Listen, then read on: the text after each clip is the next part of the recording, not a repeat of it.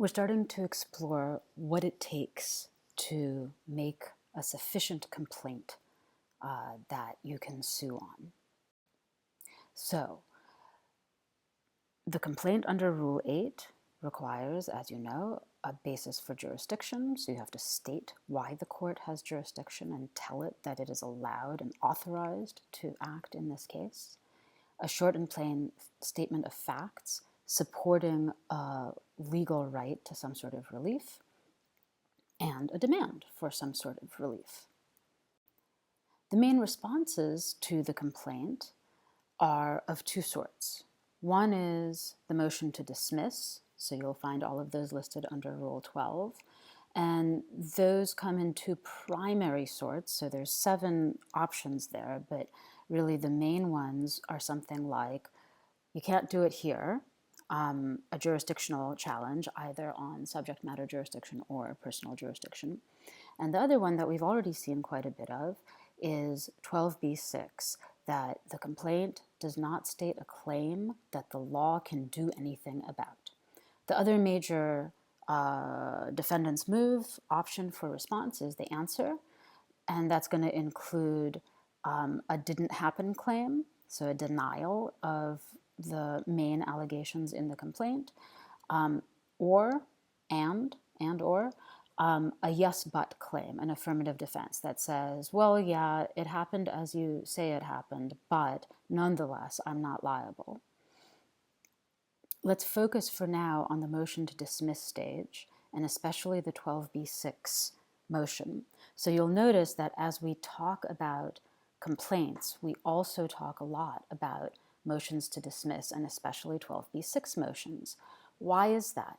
Well, the 12b-6 motion, in a way, is how we know whether the complaint is sufficient. It's hard to think about complaints in the abstract, because what a complaint needs to do is not just lay out a narrative of legal liability, but specifically to do so sufficiently strongly to survive a motion to dismiss, claiming that the complaint does not lay out a narrative of legal liability. So it's this way where you can only really know if your complaint is good enough once you've progressed through this stage of the litigation and survived. And that's why we see these as paired, even though right now we're really trying to focus on complaints. Okay, so let's talk about what the court should be doing at the motion to dismiss stage. So we're before discovery here, right? We have no facts. In other words, nothing that is based in evidence in the record. There is no record yet at the motion to dismiss stage. And so the court must treat all the factual assertions in the complaint as though they were true. That's kind of the basic requirement at the 12b-6 stage, and keep your ears open for that one and see if you think it's changing as time goes on. In other words, at the 12b-6 stage, at the motion to dismiss stage, the court is taking the attitude of, assuming what you say is true, would it give rise to a legal remedy? Rather than, I don't think what you're saying is true. So that's why you're lying is not a 12b-6 argument, or like I wasn't in town that day, so I couldn't possibly have crashed into your car, is not a 12b-6 argument, because that's something for which you'll need to collect evidence and put it in the record. So again, this is the basic traditional approach to what the court is doing at the motion to dismiss stage, and you can evaluate whether you think that the current regime, as of a few years ago, still adopts that or not. The claim is it does, but I think it's arguable. Okay, so we talked about a complaint in Hattel versus Garrison, and the way that the 12b-6 motion there tests the sufficiency of the complaint. And you'll recall that what happened in that case was the district court and then the appeals court dismissed Hattel's complaint, saying our circuit law does not support this claim, and therefore, under the law of this circuit, you have no legal recourse. If you were in another state that's in another circuit, maybe you would have legal recourse, but under our interpretation of the statute, there is no claim to be made, even if everything you say in your complaint is true. So even if your employers did, in fact, fire you in retaliation for participating in a federal investigation, that doesn't count as property damage in our circuit, because our circuit does not acknowledge any kind of property interest in continuing employment under any circumstances. The Supreme Court reverses that and says, your circuit law is wrong. And even though an interest in continued employment doesn't necessarily count as a property interest for all purposes, for the purposes of the statute prohibiting retaliation for participating in federal investigations, it does. And so from now on, there is legal recourse in this situation. Haddle's complaint does state a claim in every circuit, right? Once the Supreme Court has ruled on it, that sets the law for all circuits. But note how, before the Supreme Court has ruled on it, there can be differences, and usually are differences, among the circuits in how they interpret or apply particular aspects of law. Sometimes those differences are so extreme and obvious that we describe them as circuit splits. So different circuits have split on the meaning of this law or its proper application. But quite often we have things that aren't really recognized as specifically circuit splits, but they're different orientations, attitudes, inclinations, traditions of how circuits deal with particular issues.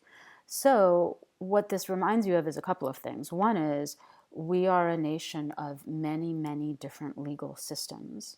One way we define those legal systems is through the jurisdiction of the circuit courts of appeal, each of which covers certain states. And so that clump of states is going to have its own version of the law that might not be exactly the same as the clump of states next door. The other thing is it reminds me of, as a practicing lawyer, is you always want to know your court's traditions, interpretations, precedents, etc. That is what's going to be most interesting and relevant and, in fact, determinative for the court you're practicing in. Okay, so that's Haddle v. Garrison, and it kind of gives you an example of how courts have generally dealt with complaints and 12b6 motions, testing those complaints. The other thing we started talking about last time was the way that that tradition has been in flux over the last decade or so. And you can think of this flux as developments in the interpretation of Rule 8. So again, just pulling back for a sec, notice what's going on. We have this text, the text of Rule 8. The text of Rule 8 has not changed, and it remains absolutely binding on all procedures in civil litigation in the federal courts. However, as courts interpret the meaning of Rule 8, and especially as the Supreme Court reinterprets and gives new meaning to the words of Rule 8, what Rule 8 really means can and does change. So what you're seeing here is the same thing, is the same process that you see in your classes that deal with common law rule development, also with constitutional law. This is basically how our system works. You can have an underlying text that stays unchanged, but successive court decisions applying and interpreting that text give it new meanings as time goes on.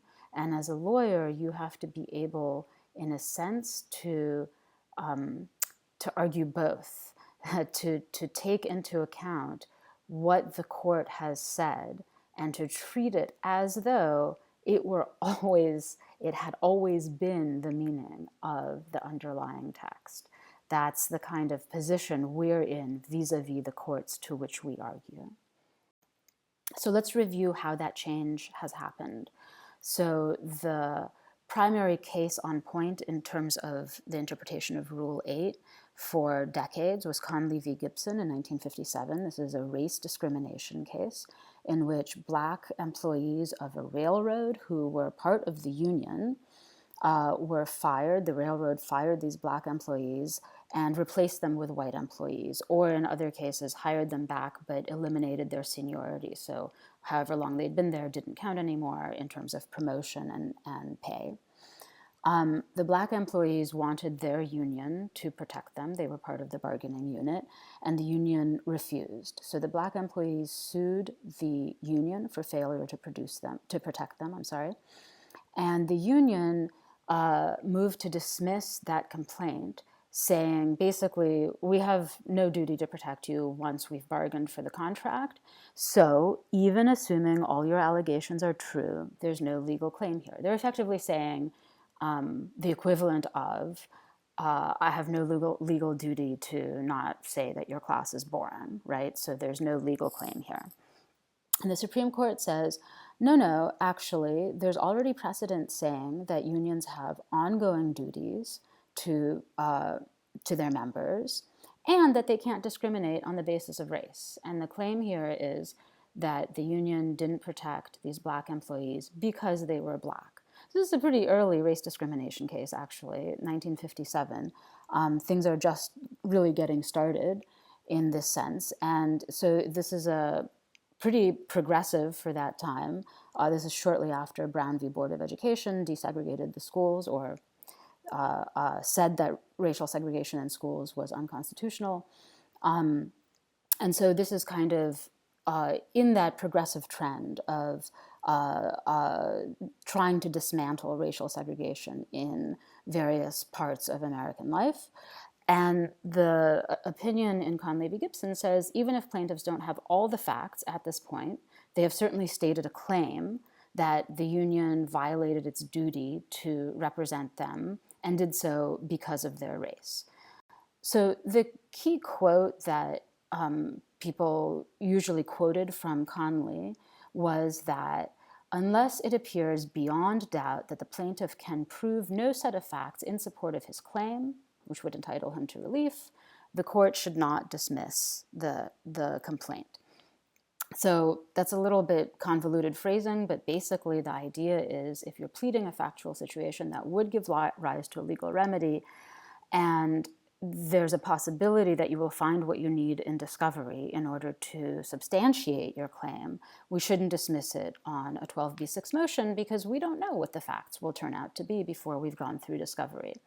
And just to kind of emphasize what Conley was saying and the way, maybe to make it make a little more sense than it seems like from just that phrase, I'll read a little bit more to you. Some of this was excerpted in the book as well, but I think it's actually pretty straightforward.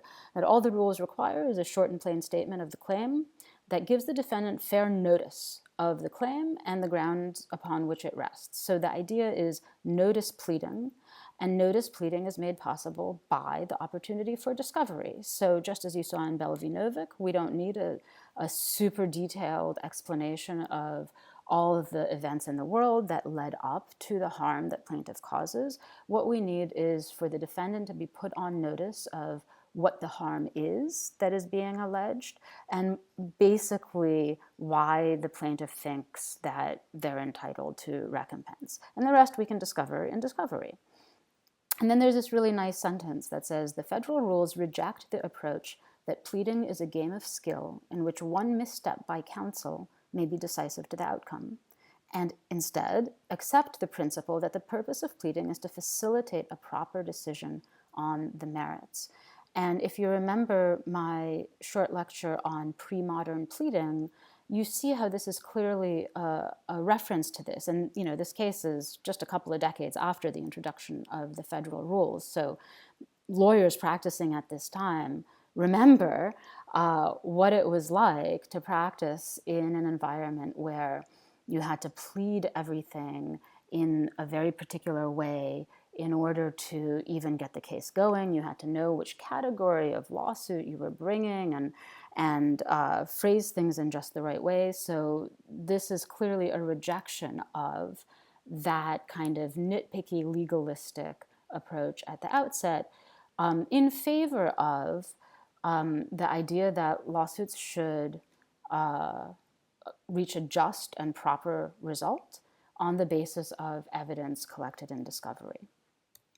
Okay, the next thing we talked about was Bell Atlantic v. Twombly, which doesn't exactly overrule the words of Conley, but certainly disparages them and rejects them, right? And says this idea of no possible set of facts is really confusing. It's not clear what that's supposed to mean. Judges have no clear standards for evaluating it. And instead, we're going to introduce another way to read Rule 8, which is that in order to make a claim in order to state a claim for relief under the law, the plaintiff has to allege enough facts so that their entitlement to relief is plausible on its face.